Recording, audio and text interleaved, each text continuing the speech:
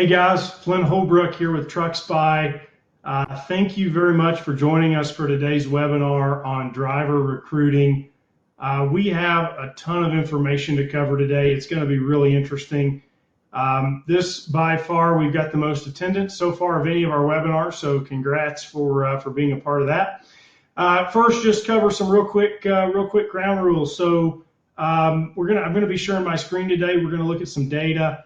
If you hit F11 on your keyboard, it'll make my screen your full screen, or at least our webinar screen your full screen, in case you have trouble seeing my numbers. On the right side of your screen is chat and polls, sorry.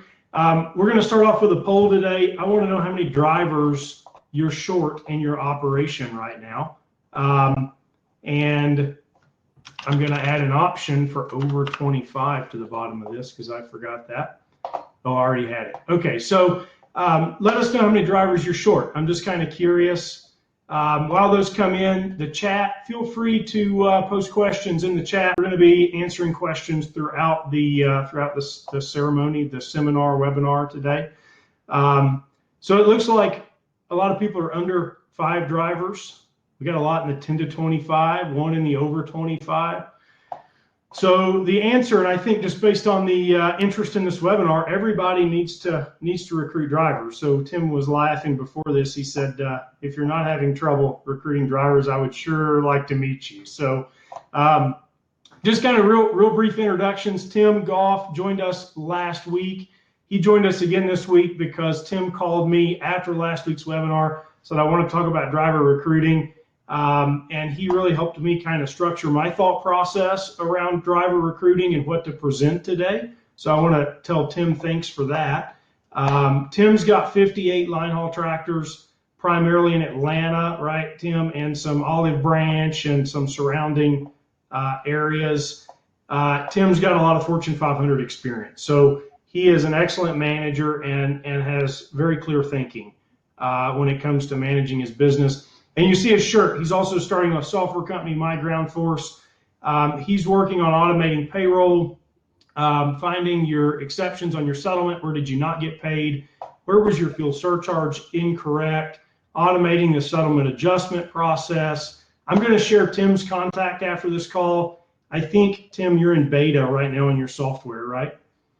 We are. We have about 100 tractors going through the beta process right now. It's perfect. And I'm guessing if people want to be a part of that, you're open to that, right?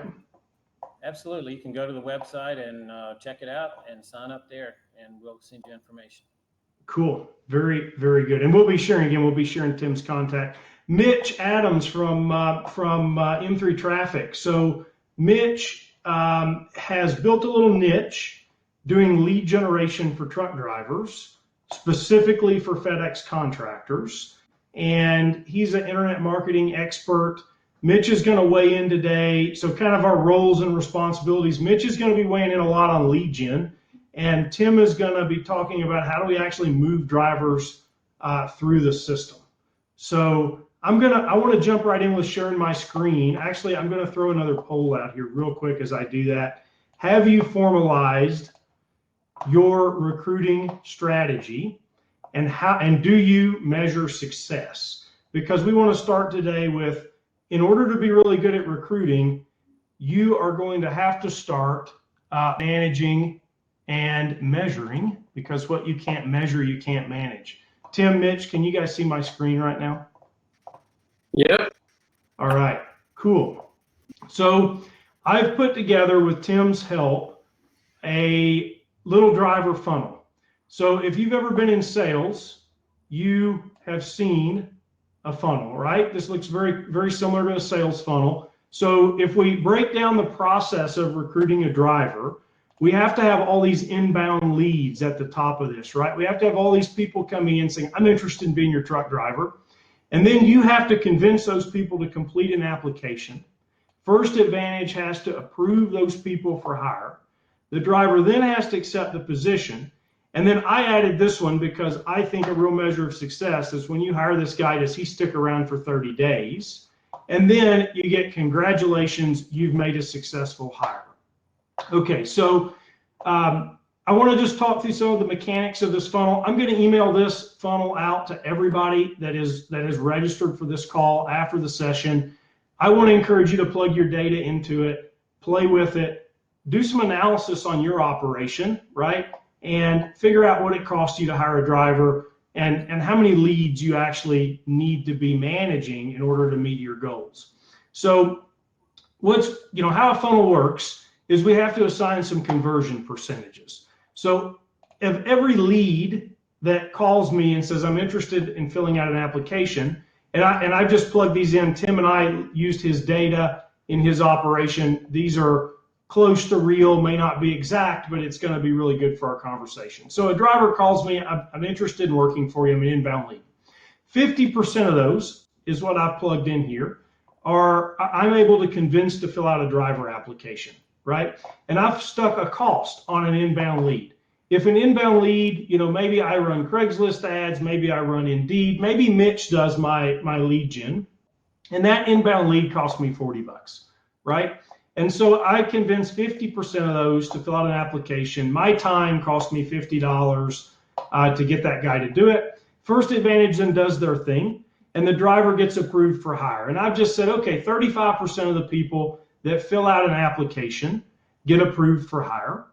And then I offer the driver the position, right? And I said, okay, now 30% of the drivers that were approved for hire actually accept my position, and then I put them to work, right? And so then maybe 15% of these guys convert and stick around past the 30 days. Again, these numbers, we can massage these numbers a little bit, but you probably get some churn, right, within the 30 days. And I think you can reduce that. We're going to talk about some strategies to be more efficient in our funnel. So we've stuck cost on here, right? Because when this guy accepts the position, we got to train him. We got to go through all this stuff. Maybe he works a month and we actually get some revenue back out of this guy. All right, so then we stick some numbers on this. So what I really want to know is, in order for me to get one successful long-term hire, how many drivers do I need in different stages of this funnel all the time, right? So in order for me to get my one hire, I need to have 100 at the top of the funnel in the inbound leads category, and I need 50 that are completing the application, and I need 18 that are getting approved for hire, and you can see how this trickles down. So the big thing to take away here is, like, there's real cost in recruiting truck drivers, and you can see my total cost over here. And so we actually build to, in this example, it cost me almost 10 grand by the time I get through the whole process to hire a driver, based on the number of leads I have to buy and the number of applications I have to do, and et cetera, et cetera. And kind of what we know is that, from talking to contractors, is that 9 to 10% of people who fill out this application actually become hires. And that's roughly what this data is telling us. So what amazes me about this data is, again, how many people I need up here in the top of my funnel to be meeting my needs from a recruiting perspective. Now, I then want to take this analysis just a step further before we dive in and we start talking about the mechanics of how do we improve our funnel and how do we generate leads. Let's make some basic business assumptions, right? So if a truck driver produces net income of $25,000 a year, you tell me what the right number is for your business, but I'm guessing it's somewhere close to this. A team may be more, a spot guy may be less. We're in the range. And if I experience a 50% driver churn in my business, and my business has 20 drivers, we can come up with some outputs based on our funnel. So the value of a driver is $12,500, and that math is really easy. 25,000 times 50%, right? Because I'm going to lose 50% of them every year. And if it costs me $10,000 to obtain one, right? So I've got to be strategic, and the goal is to bring this number down. And so then I'm wondering, if my operation's 20 drivers, my churn is 50%, how many drivers do I need to recruit every year? Well, I need 10 new drivers that are actually accepting a position, sticking with me through the 30-day period, and being a long-term hire, right? So when you start extrapolating this out, you start getting to fairly big numbers in cost of recruiting. So in this example, 100,000 a year, right, wrong, and different. Our methodology is right. Our numbers might, we might massage our numbers a little bit. Recruiting is really expensive. And then how many inbound leads do I need every year to make that happen? And based on these numbers, we're coming up with 1,270. And I bet that that's higher than probably most of you are thinking, and probably more leads than most of your lead programs are generating. So Tim, Mitch, you guys tell me, is this making sense? Yeah, I'll jump in, Mitch, if you don't mind. Thanks, Flint, for having me on. What we're looking at here in this funnel is kind of a dashboard of what's going on in your recruiting process, and to give you some idea of what the cost is and how things are moving along. But what you don't see, and what you have to create in your own business, is the process by which you can execute on each level of this funnel. And we're going to talk about some of that today. And then the methodology that you're using internally to be able to generate the numbers that are getting plugged in each category. And you cannot do that without collecting data. Shared with Flint how we do it, and by no means do I suggest that we have the only answer, but we have an answer. One of my themes in these webinars is the key to success in this business is you have to understand your business, every absolute part of your business, and you have to have a strategy by which you go about everything in your business. And you cannot do that if you're driving a tractor. So if you're a business owner who is driving a tractor, this dashboard will be of no value to you because you don't have time to look at it. So you need to find a way to grow your business to the point, or fund your business to the point where you can get out of the tractor 5 days a week, run on the weekends if you need to, but you have to manage this business if you're going to succeed.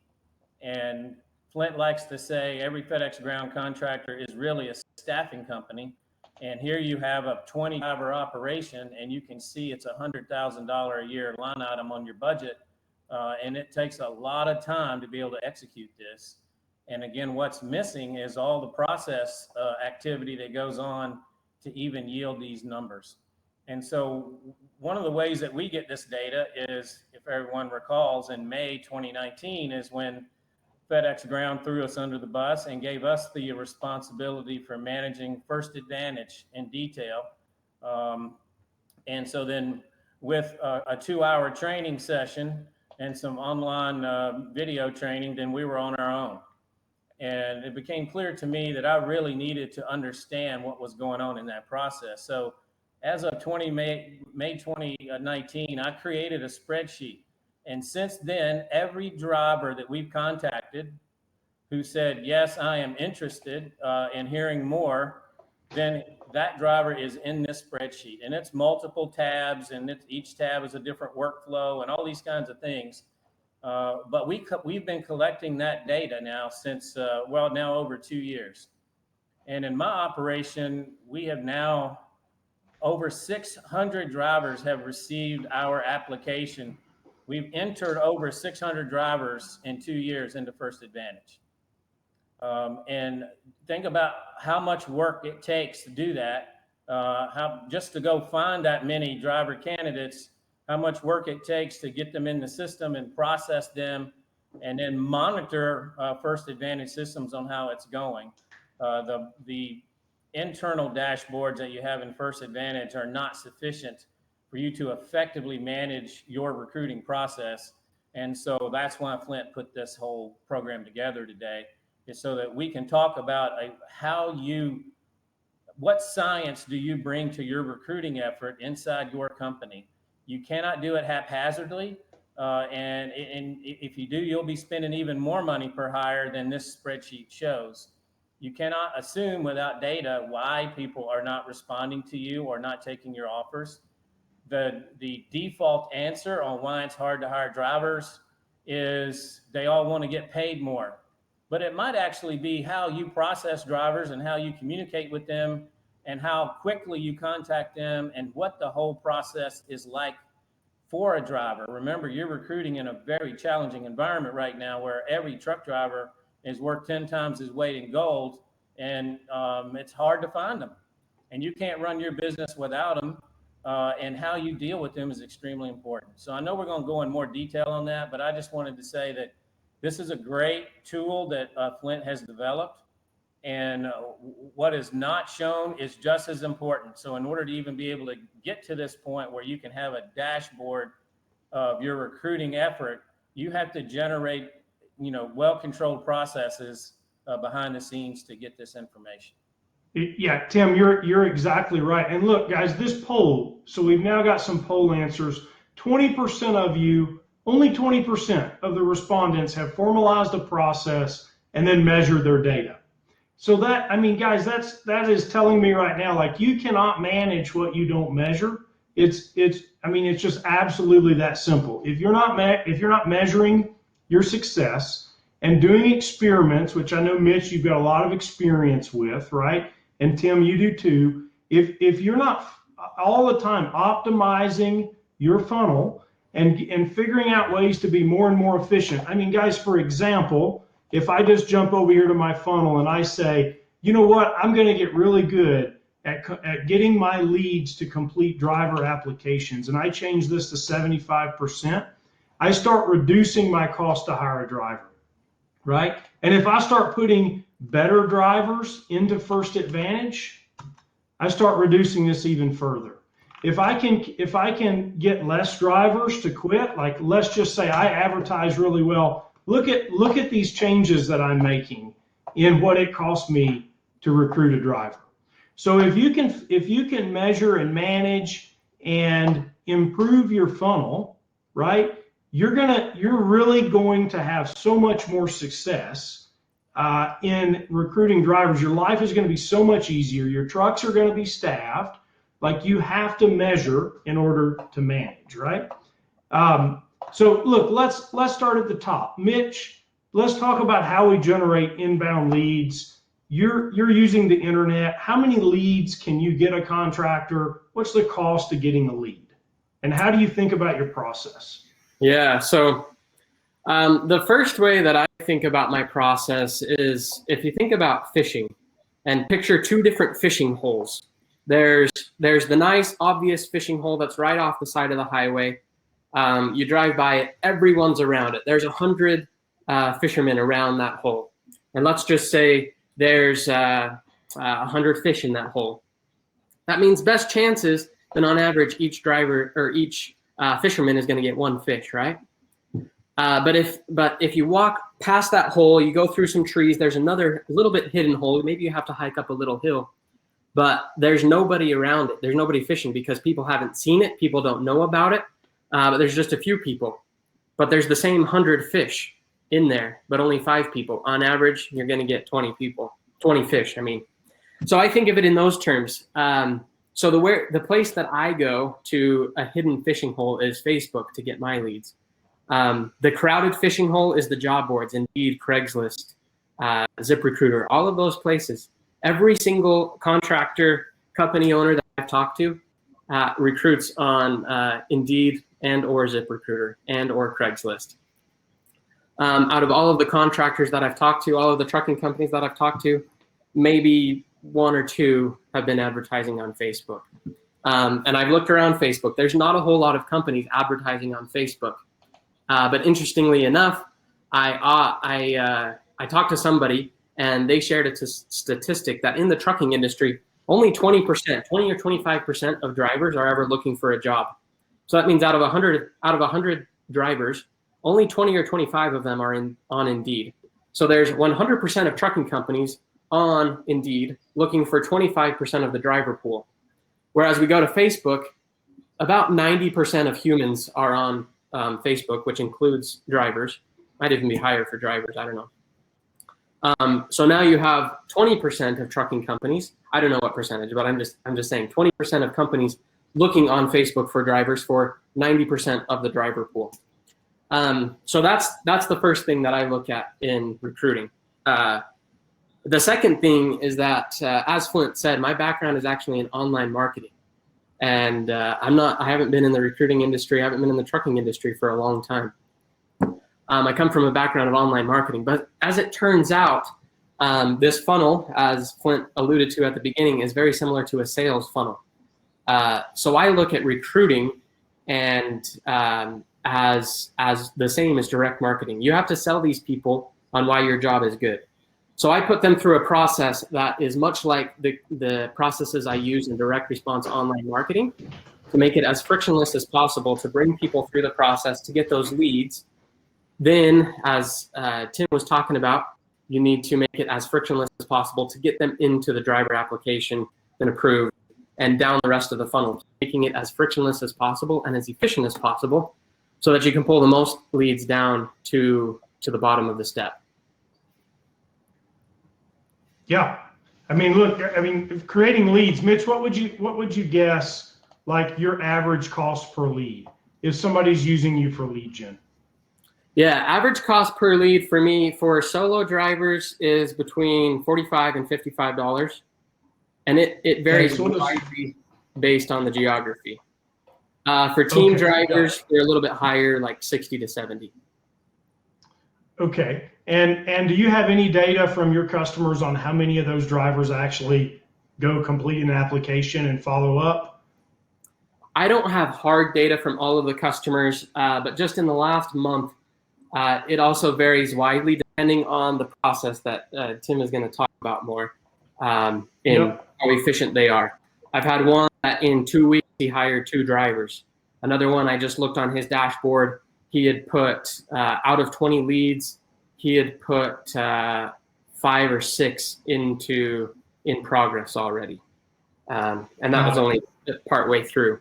So it varies widely. Then some, they were not able to hire some drivers. So there is, I'm excited to hear Tim's tips to increase at each of these steps how many they can hire. But the best overall numbers, I would say somewhere around 5%. 5% fill the application or 5% get hired? 5% of the leads get hired. Got it. Okay. So then that's probably a lot more filling the application, right? That's rough math, probably 40, 50% follow up. All right. So just real quick, I want to address some technical stuff. Kathy asks, explain the quits within 30 days. So Kathy, we added this to the funnel. So if you immediately hire a driver, he works or she works for a week or two and then says, this is really not for me, I'm going to bail on this gig. You really haven't made a long-term hire, so we wanted to factor that into the funnel. And that really comes to how accurately are you advertising and how accurate is your information, your expectation setting with that driver. If you've told that driver, this is a sweet gig, right? You work 8-hour days, you never have to wait, you get paid a bunch of money to get them in the door, and then they realize that that's not true and they leave, that's kind of on you. And so we wanted to put that in the funnel as something that as something that you should be measuring in your operation. And then we've got, let's see. So I'll tell you what, I think Tim should answer Scott's question. Tim, Scott says that he's advertised on Facebook. He's had 32 drivers click apply, but none of them have gone to his website. And you and I talked about this in depth yesterday as we prepared for this session. You have got to really take the bull by the horns in getting these guys to complete that application, right? Yeah, and this is if I've learned anything about driver recruiting, it's that, right? And in particular in this market, if they're a driver who's actually looking for a job, and then they're going to get bombarded with opportunities. And what folks who are already hired in my company tell me that even though they have a good job, they've been working for me for years, they say they get calls and emails nonstop from people who are looking for drivers. So by whatever means possible through their past where people got their contact information, they're constantly deluged with opportunities to change jobs. Okay, so, and what I took from that is, hey, I'm not through recruiting that driver once he's a long-term hire. I have to constantly recruit that driver to keep him on my team, right? So, and so for me, as Flint mentioned, I come from a high tech background, and where we measured everything, and that's the only way to really know what's going on in your business, and so that you can analyze, okay, well, this worked or this didn't work, and if it didn't work, why did it not work? And if it did work, there's this phrase in business where you stop, start, and continue. So you want to figure out what's working and keep doing that. You want to figure out what's not working and stop doing that, and then come up with new ideas that might help and start doing those. And so we're constantly evaluating our success in recruiting. I have, obviously, everybody's involved in recruiting in the management staff on my team, including me. I spend more time in my business on recruiting than I do in any other function except finance. And so for me, the most important things in my business, because I have people who can operate the business on a day-to-day program. I spend a lot of time on recruiting, and I spend a lot of time on the money side, right? So these are the keys to ensuring your business is running, right? You can put gas in the engine, and that's the drivers, and then you have to make sure that you're getting the results, and that's how you monitor using the finances. So for us, we do not allow anybody to dominate or control how we operate from a recruiting standpoint. We recruit all kinds of ways. We've recruited by Facebook. We haven't had a lot of success. I'm interested in trying Mitch out and seeing if he can help with that. We have generated our most success using online job boards of some sort. We offer recruiting bonuses to our drivers. If they recommend somebody, we pay them for that. If that driver gets hired and stays at least 30 days, we pay for that. So we've tried to do all those kinds of things, and you have to constantly adjust your process so that you can, essentially throw a wider net and try to get more opportunities to convince people that you have a good job for them. And look, Tim, I want to extend what you just said for Scott's benefit, and maybe drill down on one of those points. Scott, you've got to focus on your process, right? So when you get that driver's information, and I don't know what your process is, but it might not be shoot them a link to your website or email over the First Advantage application. Maybe you call that guy, right, and have a conversation with him. Hey, I'm Scott. I'm the CEO of this company. I'm so happy that you applied for this job on Facebook. Here's what we're going to need to get you up and running in our company. Let's get some information over the phone. Or hell, make up, and I think, Tim, you've done this, right? Make an application that works on a mobile phone. Say, I'm going to text this over to you right now. Let's walk through it together. Like, you've got a hot lead. So, if I'm out selling software and I get a hot lead, I am on it like lickety split, right? Like stink on a skunk. I'm all over that lead. And I think that you have to do that for your inbound driver leads, to get them to complete that application. I think that that's the biggest hurdle in this whole process, because if they're not going to get approved, they're not going to get approved, right? There's nothing that you can do about that. That's MVR, that's background, that's all that other stuff that's out of your control. What's in your control is getting that lead, first getting leads in the door, and then getting that lead to fill out an application. Those are the two things at the top of the funnel that are fully in your control. So develop a process, test the process, measure the results, and then adapt, is what Tim's saying. Yeah, so that's, and it probably took me too long to get there, but that's what I was going to say, is that you cannot allow First Advantage to be in charge of your recruiting process, right? You're gonna go try to find somebody, and then you're going to try to get them into a First Advantage process. But before you do that, you have to actually connect with that driver. So you're going to take a lead of some sort, and you need to get that driver on the phone. I'm not confident at all that you can convert drivers via a website that then you send an email that they then fill out an application and you convert them into success. That might work some of the time, but with truck drivers, you have to realize who you're dealing with. Most of the time, truck drivers, you can reach them by phone way easier than you can reach them by email. And so we call every driver, and then that gives us a chance to assess whether or not this is a legit lead. And so, with a few key questions, you can find out whether this person is really interested or not. You can listen to his voice, you can listen to his questions, you can then qualify that lead and determine whether or not that's a person that you feel you should put into your process, right? So then whenever you put that person into your process then is he or she has to complete an application. Okay, so where we used to go wrong is that we would then enter that person into First Advantage, and the First Advantage would send that person a link. And then, so the tendency, and we had this tendency until our measurements show it wasn't working, our tendency was to enter this candidate that we just talked to, we entered them into the huge machine of First Advantage, and assuming that the First Advantage process would then walk them along. And it immediately goes off the rails. And there's a whole bunch of reasons, if you track your data, on why it goes off the rails. The first reason is the First Advantage email goes right in the spam folder. They never see it. And so then we put a process in place where we worked around that, right? And then the next thing is a truck driver's driving all the time. So then by the time he gets to the First Advantage email, assuming he does, and he clicks on that link's expired now. So now he's going to call you or not. You might have lost that lead because the link is expired. And so then that's a failure point that we had to figure out how to manage. And we've worked our way through that.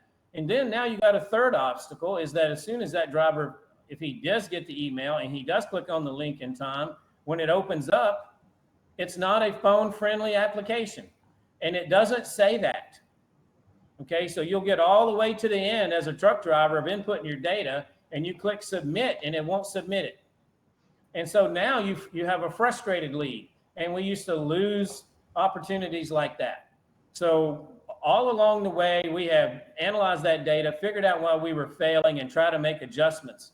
And you don't have any choice but to use First Advantage, but you have to figure out how to engage that system and make it work for your business, because they don't care about you. Only you care about your business.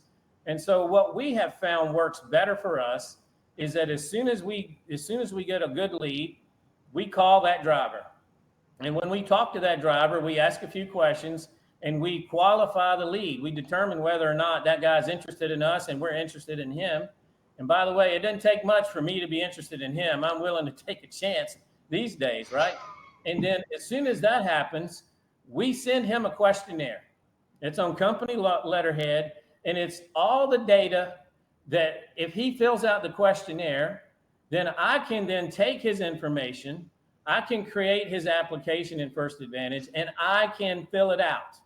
So now I have guaranteed I can get the information from him. It doesn't matter that it's not a phone-friendly situation, because what I send him is easy. It's email-friendly. It's easy for him to do it right on his phone. And what we find is we turn that around in the same day. So where we used to lose leads completely because of the First Advantage process that we're required to use, we were losing good people, good opportunities from the jump without even getting them into the process, right? So we now convert at a much higher rate folks that we talk to and get the application, because they will fill out this questionnaire. It's really easy. It's all stuff they know in their head, and they email it back to you. Well, one of the things, and Flint laughed at me a couple of weeks ago, but I think he understands, it also validates something else I look for in truck drivers, is you have to be email capable in my operation, because I have too much going on to be calling and texting every driver 5 times a day to let them know what run they're going to be on and where they're going and what the tractor is, and oh, wait, that tractor's getting an issue going. We don't do that. We write a schedule. We send it to drivers at a specific time every day, and all the information they need to know is there by email. And so by going through this process, I'm accomplishing one of my internal requirements, which is assuring this driver is email capable. Well, now he's into the First Advantage system, right? Well, you cannot just leave that lay, because First Advantage does not care about you. First Advantage recently bragged in a meeting of big FedEx contractors with a lot of FedEx folks there that they had reduced their processing time from 21 days to 14 days, and they were giddy about that. And those of us who are hiring drivers know that's about 10 days too long. Okay, so you are not, First Advantage is not your friend. It's just something that you have to figure out how to make it work. So you have to have somebody who's watching the dashboard in First Advantage and make sure things are moving along and looking for situations where it goes sideways. Okay. So that's the process that we've been talking about all the way through each one of these elements of the dashboard. That level of detail, you have to take charge of it. Don't let other people, don't delegate that responsibility, First Advantage or recruiters or anybody else. You have to be in positive control of it. So look, I think if you read the comments, it's kind of funny. I think what we can all agree on is First Advantage absolutely sucks all the way around. But unfortunately, it's the world that we live within, right? So we, we're going to have to manage through it. And it looks like their website is down as we speak. So you know what, just further illustrates my point. Look, I want to grab a couple other questions here. So we were asked by Drew what works best. I accidentally marked his question as answered a second ago because I fat fingered. What works best for recruiting team drivers? Mitch, I think you're having some success with that on Facebook, generating team leads. And I want you to cover that, and then I want to tack a second kind of question onto that, which is how are you targeting those ads, right, to get team drivers? Like, and I know you're not going to share your secret sauce here, but kind of give us what you can about how you're actually finding those people on the internet and then helping get them through the process. Challenge, and they want to drive solo.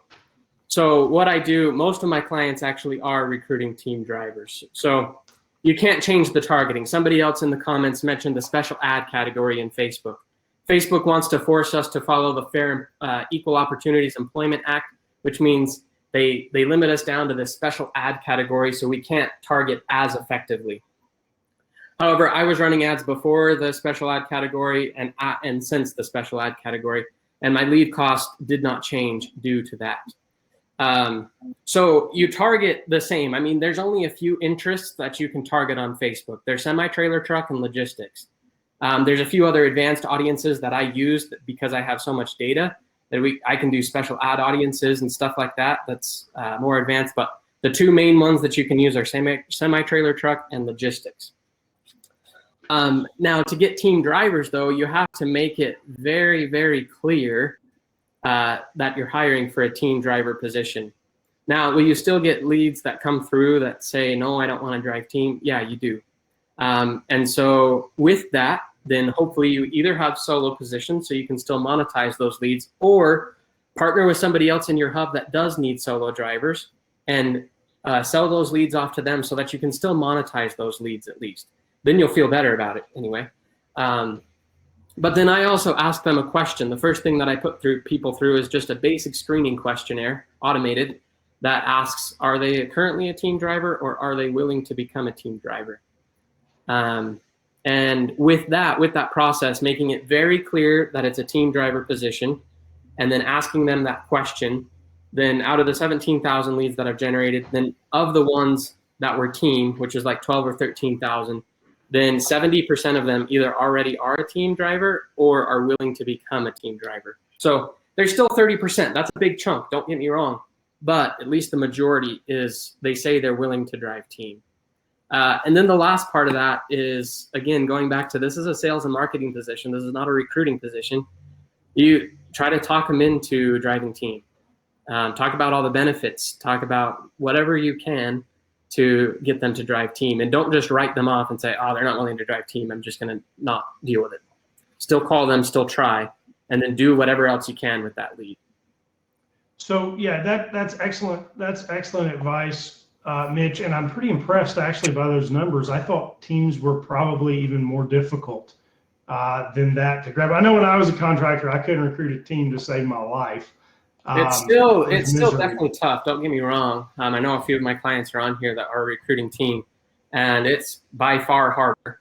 But it can be done. It's being done. And it takes some more hand-holding, some more salesmanship, all of that. So, Mitch, I want to tackle Leanne's question, and I think that there's probably some confusion. I'm by no means a Facebook advertiser. I don't even have a Facebook account, not even a user at all. But I think that there's a difference on Facebook, right, between boosting a post or some piece of content and actually running pay-per-click ads. Can you talk briefly about that? Yeah, so this will answer a few questions. There was the earlier question that said I had 32 people click on my apply now button, nobody filled out my application on my website. So boosting a post, Facebook is so enticing to get you to click the boost post button. They're like, this ad could be, or this post can be seen by 5,000 more people if you just click this button. It's so tempting. That's how they get extra money. I don't know why they need it, because there are advertisers on Facebook spending hundreds of thousands of dollars a month. But anyway, so the boost post button, that just gets your post seen by more people that are going to hopefully engage with the post. When I say engage with the post, I mean like or comment or whatever. That's not going to get you applications. Basically, what it comes down to is Facebook, they have an audience, right? A big audience. And then you say, I want to hire truck drivers. So you use the semi-trailer truck audience that I just talked about. That narrows it down to this nice circle, right? And then within that circle, they have a lot of data on this, on all of us. They know way too much about us. Within this circle, then they narrow it down to, these are the people that engage with posts, just like and comment. These are the people that just click on a link just for the sake of clicking on a link. These people are the people that purchase a product. These people over here are the people that become a lead or submit an application. And so they know what bucket all of us fit into. And so then you need to tell Facebook what you want. And so when you're boosting a post, you're just telling Facebook, I want people to like and comment on my post. You're not telling Facebook that you want the people that submit an application. Or if you use a traffic ad, which most people use, then it's just like, I want people to click and go to my website. And yeah, you'll get a lot of clicks, but nobody will apply because Facebook is pulling from the wrong bucket. And so that's really the difference between boosting versus running Facebook ads, running real Facebook ads. I kind of think of it as well as like boosting a post is like the kindergarten version of Facebook ads. What I'm doing is in the back end and more technical and stuff. It's more like the college graduate or doctor. Yeah. So you're able to take advantage of all this data. And I've actually seen that interface in Facebook. It's really complex, right? You got to create an account and you have to set up all your targeting and your ad copy and it's a legitimate PPC campaign, just like Google AdWords or anything else. It's much more complicated than clicking boost post, but you get a much different set of results. So for those of you that are using boost post, I think what Mitch is saying is stop doing that if you're hiring truck drivers. So, and I do think Mitch answered a couple of different questions. So let me just add, there are ways to do it. And maybe you could get them to comment and then message them and stuff.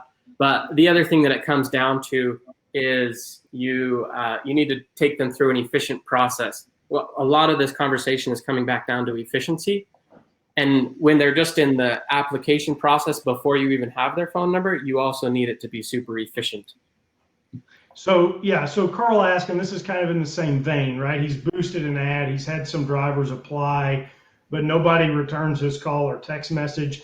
Carl, I think the answer to this is this happens, and you're in, right? Your number of applicants is really low. I bet if your number of applicants was 100, I don't know, you probably have this number, Mitch, but 60 of them or 40 of them or some number actually engage with you, and you're always going to have some number that go in, take some action. We have the same thing in our marketing for software. You can never get a hold of them. Their voicemail's full. The phone number's not real. Like that, unfortunately, is just the reality of internet advertising. That is the reality. Randy mentioned earlier in the comments, you're 80% more likely to get a hold of them if you call them within 5 minutes. So that's a huge part of it. I text my leads automatically, and so that helps. It still is not as good as a personal phone call, but it helps a lot. So Mitch, Wyatt wants to understand this special ad category. He says he used to get leads a lot cheaper than he does now. This is way out of my realm, so I'm going to let you have this one. Yeah, so the special ad category, like I was mentioning, is Facebook wants to force us to follow the Equal Opportunities Employment Act. And so if you're doing employment ads, then they force you into this bucket and you have to tell them, I'm running ads for employment. And then they take away a lot of targeting options. They take away, you have to target 18 to 65, you have to target male, female, you have to do both. And then they limit down. Without it, then you can target like every single trucking magazine that exists. With it, then you can target logistics and semi-trailer truck. That's about it. But like I said, when I was running ads before they made that change with Randy, and it was coming up, they announced it, and I was like, oh crap, this is the end of this. It's not going to work. I think I even called Randy. I was like, I don't know what's going to happen after this. But they made the change. I went with the changes. I started advertising to 18 to 65 plus and all of that stuff. My cost per lead did not change. I don't even know if Randy even knew that change happened because the leads didn't stop coming in. So again, it is harder for sure, Wyatt, but my cost per lead did not change from that 40 to 50, 45 to 50 for solo drivers after that. Interesting. So Tim, there's a question for you here. Let's see, and I'm jumping around just a little bit. So Lori, so Randy first said, I don't think signing the driver application in First Advantage is, per your contract. And then Lori kind of asked the question, how do you get around, in quotes, forging the applicant's signature on the app? Tim, have you given that any thought? I mean, it would seem, maybe the answer is like you record the call and the driver gives you permission, or maybe, I don't know. How are you handling that? Yeah, I'm trying to answer this here. So we absolutely do not forge anything. Okay. So all we're trying to do is work around being able to contact the driver and have them work with an application that's not phone friendly. And they may be that, we're all solos. I don't run any teams. And so the best candidates for a solo company are drivers who are trying to get off the road, right? So they're willing to take a little bit less money. They're willing to drive at night. They're willing to do the things that we need them to do because in their home every day. But however, most of the time they're on the road, they have their phone with them or their mobile device, and they can do everything they need to do while they're gone from home on those devices, except complete an application for First Advantage. So all we're doing is trying to get the information from them so we can put it in the system, but then they have to log in and do the electronic signature just like they always would. So all we're doing is just kind of adding some automation, if you will, into entering their data into the system.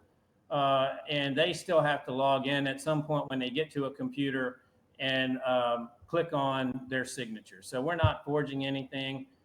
Don't assume that we're violating the process and that's why we're being successful.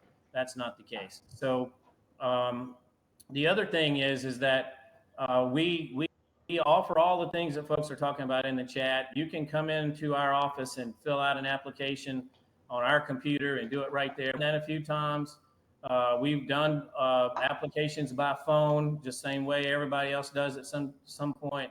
So that then they still have to log in and complete their electronic signature. It's still gonna, it's still painful, but it is much easier if you can. The point here is how do you convert? How do you increase your percentage of conversion from a qualified lead to a true candidate? And you cannot do that until that person is in the system. And the First Advantage process is really hard for most folks to navigate. And so we use our expertise to help them navigate it, but they still have to execute the parts they have to execute. And then, as soon as that application is properly submitted, now First Advantage is sending them directly the drug test form. That's helped a lot. That's a process improvement that First Advantage implemented. And then, of course, now you're into the standard MVR allocation, background checks, employment verification, all those kinds of things.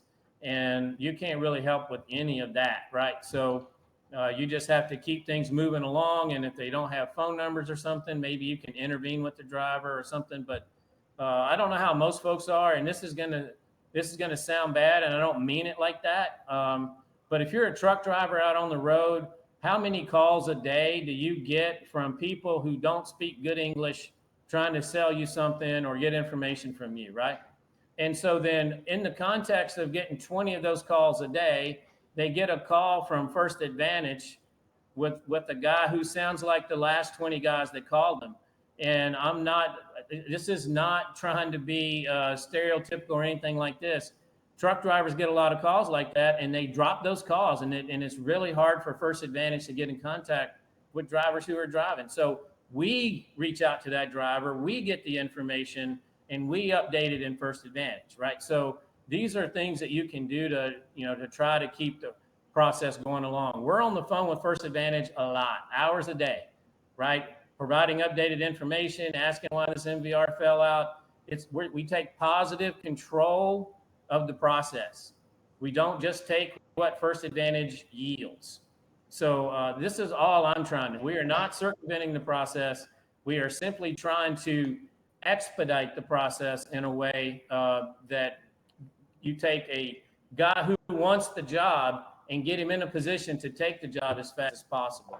That's all we're trying to do. Yep, that makes sense. Okay, Mitch, I'm curious, how many leads can you generate for a contractor? Because I'm looking at my funnel, and if I need 200 in my lead gen category in I don't know, let's say I'm in Dallas, is that possible? Sorry, did you say 200? Yeah, if I wanted you to generate me 200 leads a year, is that possible? Like I'm just trying to get a sense for your scale and what's possible on Facebook. Oh, I think so. Mitch, kind of funny. Mitch lost power before this. He's running from a generator right now. So that's true. My power did come back now, but I'm not seeing my regular internet. Oh, there it is. Maybe I'll switch after I answer this question back to my regular internet. But anyway, yes, we can generate 200 leads, not typically in 1 month, depending on the area. It really depends on the area. So it's very different. But I would say in a month, typical areas would be somewhere between 50 and 100 leads that we can generate. Got it. Okay. Now I was just curious for folks on the call, to compare what is Indeed doing for you? What are these other channels doing for you? All right, I got a question. So referral bonuses. So Drew asks, what's a significant referral bonus? I think that this has largely been answered in the chat. Drew, I've heard widely varying numbers from a couple of $100 up to 5,000. I know we've got some customers up in the higher end of that range, like the $5,000 range, that may not be on the call.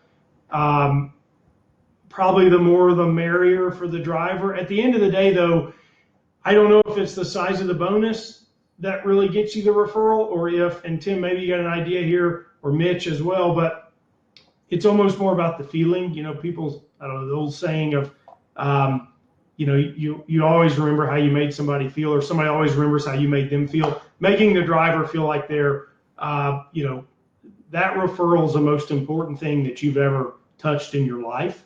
I think is a very important thing to do when you're getting them, because they're, your driver's kind of sticking their neck out for you, right? So I don't know, Tim, you're doing a referral bonus, right? We are. We vary it based on geography. We don't get a lot of employee referrals, to be honest with you. I saw someone say, hey, a referral is the best choice, and it is, but we don't get a lot. It's interesting that we don't get more of those. We have hired several people who were referred. We've had several of those come in that we had to let go pretty quickly. So, so I think it varies based on what geography you're in. And, the other thing you have to keep in mind is you have to manage the cost of this whole thing, and you have to figure out, is it really worth the pay a $5,000 hiring bonus, a referral bonus? I tend to lean towards paying the guy I'm trying to hire than the guy I've already hired. But we do. Well, but Tim, with that said, and I just want to interrupt and interject. If you've measured your data and you know what the driver cost you to hire via generating the lead and then moving through the process, I mean, guys, you can probably just say, I know a driver cost me $8,000 to hire. I'm going to throw out an $8,000 referral bonus, right? If one of my drivers saves me all of this cost and energy and management, and I just get a driver, it might be worth more than $1,000 or more than $3,000, right? Your data should tell you that. Your data will tell you that. That is a way to look at it. Correct. I agree with that. Yeah. Cool. Yeah. So I think we got time for one more question. Dawn asked for Tim. Tim, you are really you're like the First Advantage expert today. How are you updating their employment with First Advantage? They've told us we can't provide that information. I'm going to have to yield to my internal staff. I haven't been in the First Advantage process myself at the detailed level in quite a while. So I've texted asking what that is, but I know we're not doing anything we're not supposed to do. So we remember, you can print these applications and sign them in a PDF and email them into First Advantage also. So there's all kinds of things that you can do that you might not be doing with that kind of thing. So again, I have people who more than one person on my team who is in First Advantage all day long, every day, and they know the puts and takes and what they can and can't do. Kenny throws in that he just keeps calling back until he gets a new person that'll allow him to do so. That's funny. That is a legit technique that we've used ourselves. Look, I'll tell you the experience of a big contractor, and I realize everybody's frustrated with First Advantage, and all I'm trying to say is it's furniture in the room. So you have to figure out how you can work with the furniture that you have. And they're just not going away. FedEx uses it for their own internal hires. So it is what it is. And if they weren't happy with them, FedEx wouldn't keep using them. Okay. So complaining about it won't change it, but you got to figure out how to make it work for you. But I did talk to a big contractor with over 100 FedEx tractors, and he put on tractors with another freight company who hires companies like his to provide a set number of tractors. And he put 10 tractors on with that guy, and they had 10 drivers approved in less than 3 days. So it can be done. It's not the fact that getting a driver approved and getting them hired and getting them through all these wickets that a driver has to go through to be certified DOT and the clearinghouse and all the various wickets that you have to navigate through. It does not take 14 days in the real world. It only takes 14 days in the FedEx ground world. And so you have to find a way to manage your way through that. It is what it is. And, we could all get drunk complaining about it, and it would still be there when we sobered up. So, isn't that the truth? And at First Advantage will about make you want to get drunk. It's almost got me drinking, and I don't even have to deal with First Advantage on a daily basis. Hey, so John asked, what do we think average pay is for solo and teams? I mean, from my discussions with contractors, I think the average pay varies, and I think we're going to run just a little bit over our time here, but I think that the average pay varies hugely by region. Mitch, I know you're running a lot of data in a lot of regions. Do you have any insight in that at kind of a national level? Yeah, so it's typically, it does range widely, like people said. But I would say somewhere between like 55,000 up to maybe 75,000 for solo a year. And where do you see the highest? Is like Northeast, California? I haven't thought about that, to be honest. So I don't have a good answer. No. Yeah, I hear that it's the Northeast. I hear that the Northeast is extremely difficult to hire drivers because they can go get a union job that, is pretty sweet and gives them phenomenal benefits, and they work a 40-hour week kind of It thing. is. It's interesting to me where the harder areas are to recruit. Like, I've recruited in a lot of different areas, gotten leads in a lot of different areas, and you'll think one place will be super easy, and it will not be super easy. But then another place will be a lot harder. Overall, like most of my clients are out in the East, and overall it has easy places and hard places over there. But then on the other hand, then Denver's pretty hard over in the West. So Well, I can all over give the you board. real data on that. So in terms of pay, what I encourage you to do is, and I'm sure lots of you already done this, you can do salary surveys, you can do Google searches, and it will tell you what the average driver is making in a particular geography. And you can use that to kind of gauge yourself on how you're paying. And of course, you know other contractors and you hear other things of what they're paying.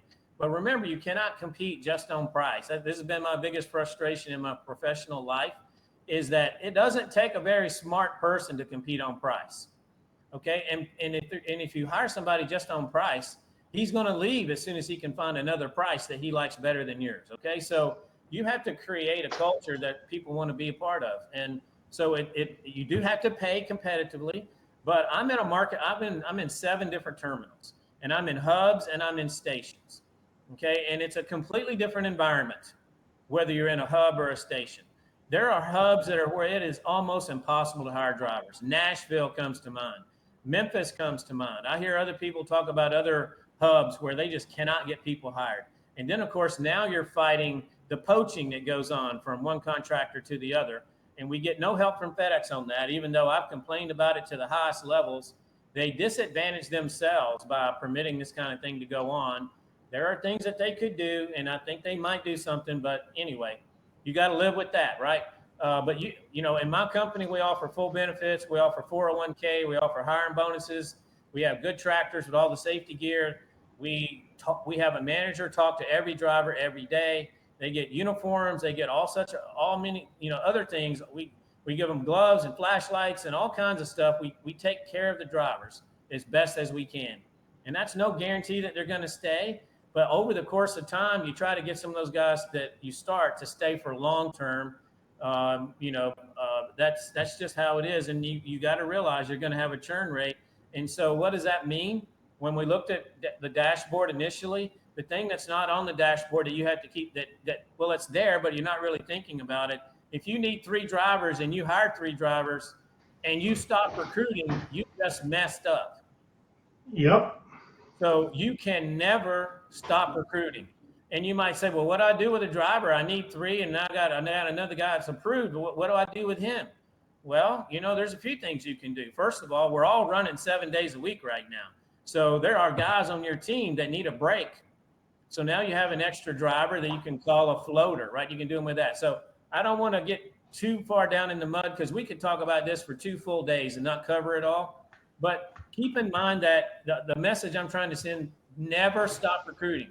And I say that because I did it a couple of times. Wow, man, I needed 10 drivers. I got 10 drivers. I'm looking good. I'm going to take a couple weeks. And then all of a sudden 3 guys quit and I'm totally screwed again. And I don't have anybody in the funnel. And it's going to take me 2 to 4 weeks to get somebody all the way through to the point where I can actually put him back in the truck. And I really messed up. Okay, so I learned from that lesson and we don't do that anymore. I never stop recruiting. I have 30 candidates going through First Advantage today. And if you check back with me in a month, there'll be 30 candidates going through First Advantage because the dropout rate is high. They drop out for all kinds of reasons, but it doesn't, you don't control any of that. You don't control why they drop out. You just have to know it's going to happen. And so the only way you can get to your target is keep putting people in the funnel. Yep. And, today is the end of July. If you're not already recruiting for peak, you're behind the power curve. Okay, so if you're training your drivers right, it's going to take a week or 2 to get them to the point where you can trust them to drive solo. And if you just start backwards planning from that, you can tell, what you have to do in order to be successful. So there's all kinds of things you can do. The other thing that I say a lot when Flint talks to me is you have to figure out what works in your business. What works for me, some of it might work for you. It won't all work for you. And you can talk to lots of people and figure it out, but don't copy what someone else does. Figure out good ideas and see how they apply to your business and how you might be able to do it. And I encourage the use of technology. I use it in many different ways, and there were lots of ways that I felt like we didn't have the tools we need, which is why I built my ground force. And we're going to have a lot of tools in there that's going to add value to contractors, that will put time back in your day. So a lot of things that you're spending time on now, you can spend on finance and recruiting. So that's and we're going to talk more about technology on our next session. I just threw the link out there. I know we're well over our time, but I think we've covered a lot of really good content today. Tim, I think you've just ended us on the most important lesson, right? Lesson number 1, if you're driving a truck, stop driving a truck. Lesson number 2, my fingers aren't in the camera. Lesson number 2, never stop recruiting. You just have to keep recruiting. And Julie asked, well, if you never stop recruiting, but you're fully staffed, what are you recruiting for? Julie, sell another contractor's route, right? Go ahead, Tim. Well, we started this conversation with the dashboard, right?